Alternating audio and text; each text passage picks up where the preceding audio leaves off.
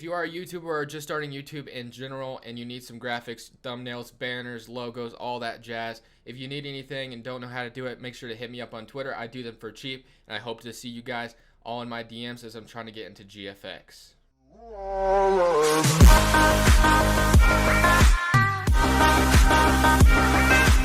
What is up, YouTube, and welcome back to a brand new video. And today we're going to be starting something very cool. We're going to be doing 3 bold predictions for each team this entire week. Today we have 6 teams in this video.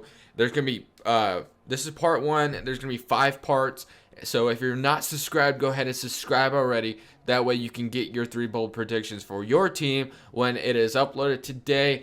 You'll see what teams we have as it goes along. And I just cannot wait to, predict these. Keep in mind that these are bold predictions, so some of these are not realistic. Some of these probably will never happen, so don't get mad when I say a prediction that sounds really out of this world and you're like, what is this guy talking about? Like, it's bold predictions, okay? So do not get mad. That's just a quick disclaimer. Hope you guys enjoy. Leave a like if you do, and let me know what you guys think and if you have any bold predictions of your own with the 6 teams that we do in this video.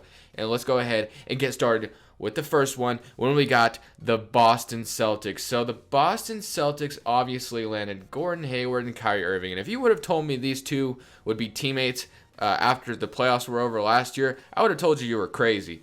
But despite me being calling you crazy, they are. And my first bold prediction for the Celtics, there will be 3 for each team, is they get past the Cleveland Cavaliers. They beat them in the Eastern Conference Finals, or they just beat them in the playoffs in general, and then make it to the NBA Finals. Like, Kyrie Irving comes into the Celtics and literally takes them up against LeBron and beats them.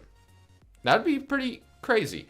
And just a quick little thing, get yourself someone that looks at Kyrie Irving like Gordon Hayward does, just saying.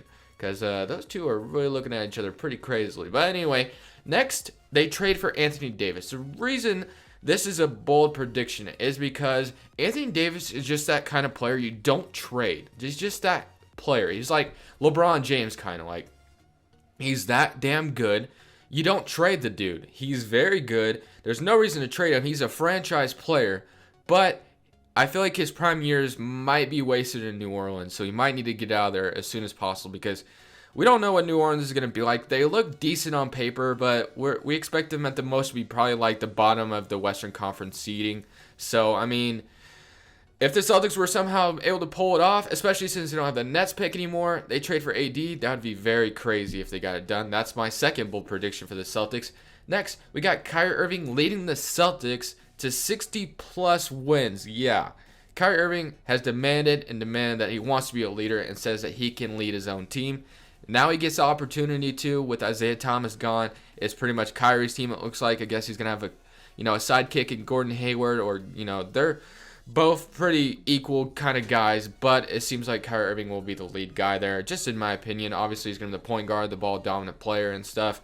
And he leads his team to 60-plus wins. He puts his money where his mouth is, and he leads the team to 60-plus wins. That would be absolutely insane. And I cannot wait to see what Kyrie Irving does leading his own team without LeBron James there, to help him. But anyway, next we got the Orlando Magic. I almost said the Sacramento Kings, which are later in the video. But anyway, Jonathan Isaac is probably one of the least talked about rookies when it comes to the rookie class coming in this year. And bold prediction of mine is that he actually wins Rookie of the Year. That's a very bold prediction because especially since there's guys like Lonzo Ball, Fultz, Jason Tatum being talked about a lot more than this guy. No one's really talking about Jonathan Isaac, which, is completely understandable.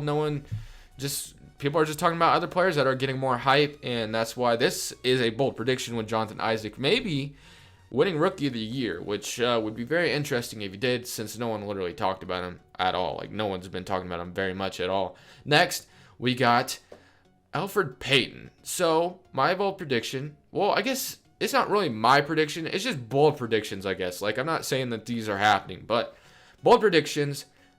Elfrid Payton wins Most Improved Player. He develops a jump shot somehow, some way.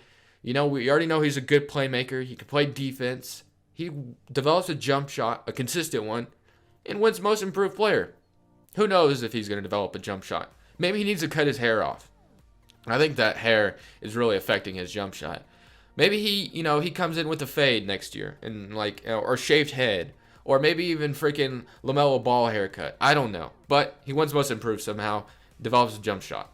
That'd be interesting to see. Next, we got them making the playoffs with the 8th seed appearance. So the Orlando Magic probably have been written off by like probably everybody in the NBA fan.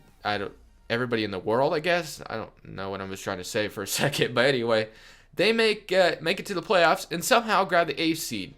Would you expect the Orlando Magic to do that? No, I wouldn't either. But they do have a lot of young talent on their roster. They've traded young talent before, so it wouldn't surprise me if they traded more young talent this year.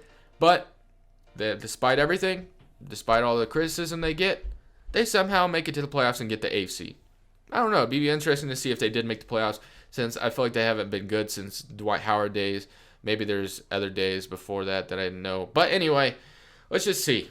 Next, we got the Indiana Pacers. Like, I keep freaking stuttering at the start, like what I'm trying to say. Anyway, Victor Oladipo comes into Indiana and averages 20-plus points.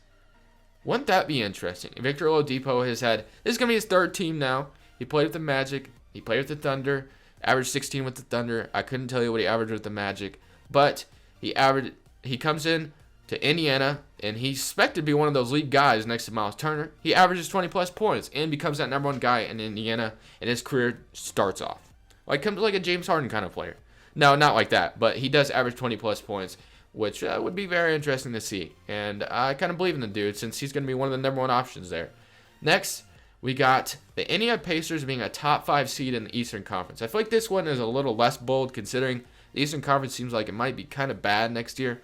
But standing where the Indiana Pacers are, after losing Paul George, if they were able to really take that jump and become a top 5 seed in the East without Paul George, that would be something else. Because with Paul George, they were 7th seed last year. Or was it 8th seed?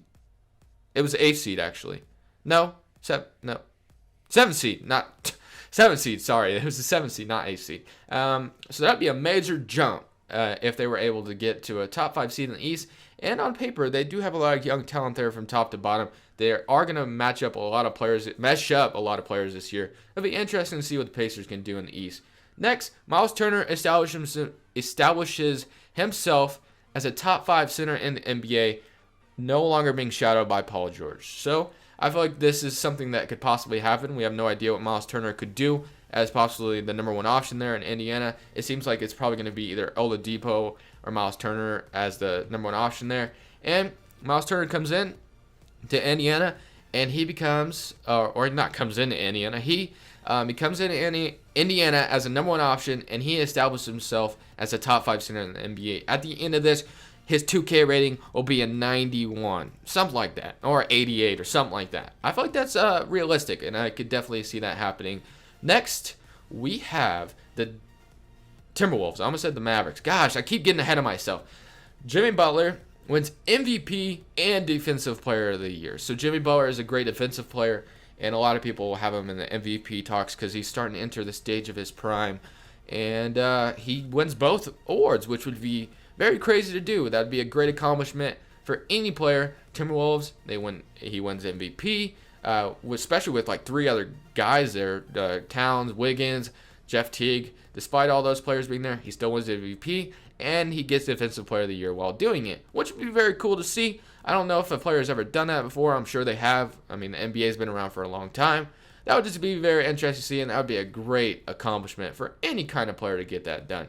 Next, we got them beating the Warriors in the Western Conference Finals. So, wouldn't that be something if the Timberwolves were able to be our saviors from another Cavs and Warriors Finals, and they were able to beat the Warriors in the Western Conference Finals, or just the Western Conference playoffs in general? Wouldn't that be something? That'd be really cool to see. I mean, come on, guys. Even if you are a Warriors fan, well, actually, I can't say that. Even if you are, you know what? Screw that. I can't say that because you guys are fans of the team. But as a fan of the NBA, you got to be tired of seeing the Cavs and the Warriors in the finals. No one wants to see a 4th matchup against them, which is looking kind of likely, which I really hope it doesn't. But hopefully we have someone that can upset them, although this NBA season should be a lot of fun.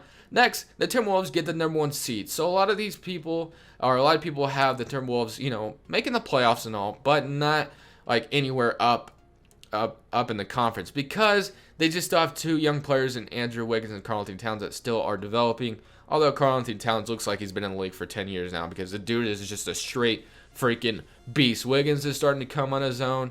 They have Jimmy Butler, and this is just meshing up two other players with these two guys. Jeff Teague and Jimmy Butler are going to pair up with, Andrew Wiggins, Karl-Anthony Towns. And a lot of people are saying, it's going to take a while, and they're not going to get like a high seed in the West this year. But what if they made the number 1 seed? I feel like it's likely. Maybe everything goes right for the Timberwolves. Next, we got Dallas Mavericks.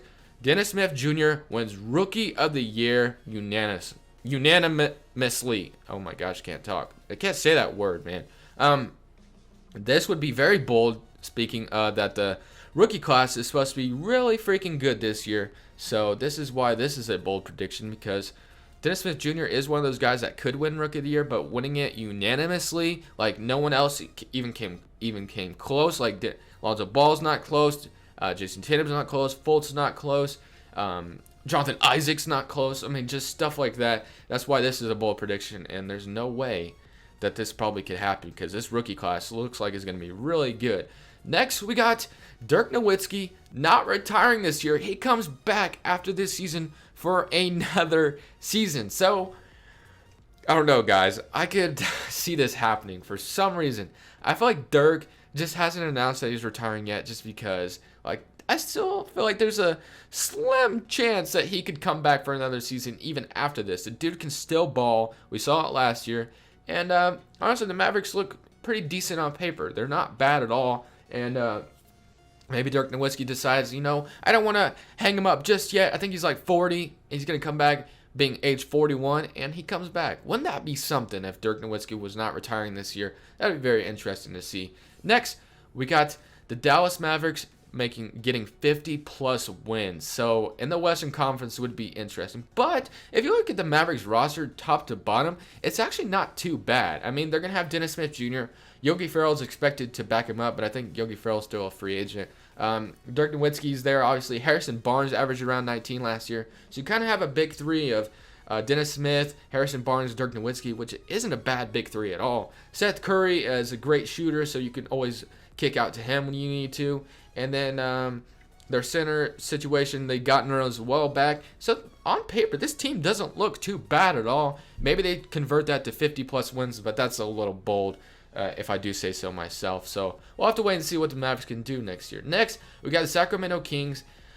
De'Aaron Fox has a horrible Rookie of the Year. Reason why this is so bold, because De'Aaron Fox is expected to be in the Rookie of the Year running. I haven't mentioned his name at all in this video because it kind of just slipped my mind.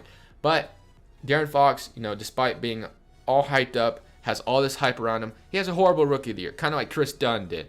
He has that kind of Rookie of the Year. Or Rookie Year, not Rookie of the Year. That kind of Rookie Year. Yeah, very bold, because De'Aaron Fox is expected to be really good. He's had comparisons to like John Wall. They're both from Kentucky. So that's a bold prediction, if I do say so myself. That's very bold. Next, we freaking got Dave Joerger wins Coach of the Year. So Dave Joerger actually is a decent coach. He used to coach the Grizzlies, and it seems like definitely that he wanted some of his Grizzlies players back, seeing as they signed Zach Randolph and Vince Carter. But the Kings look decent on paper, but I feel like the veteran signings are going to take minutes away from the young guys, which kind of bothers me a little bit. But at the same time, it's going to be nice mentorship by the guys. I don't know what their rotation is going to look like, because they have George Hill, De'Aaron Fox, Buddy Hill. Are they going to start all three of them? Or are they going to put one on the bench? Is De'Aaron Fox going to start on the bench? Are they going to start George Hill and De'Aaron Fox together? I don't know. It's just crazy there. But despite all the confusion, Dave Joerger somehow wins Coach of the Year. I don't know. Maybe he can. Next, we got Sacramento Kings making the playoffs, because this would be very bold, seeing as they used to have the best center in the NBA and never made the playoffs once. DeMarcus Cousins is the best center in the NBA, in my opinion. So, despite 1 year after losing DeMarcus Cousins, they make the playoffs. Wouldn't that be something, man?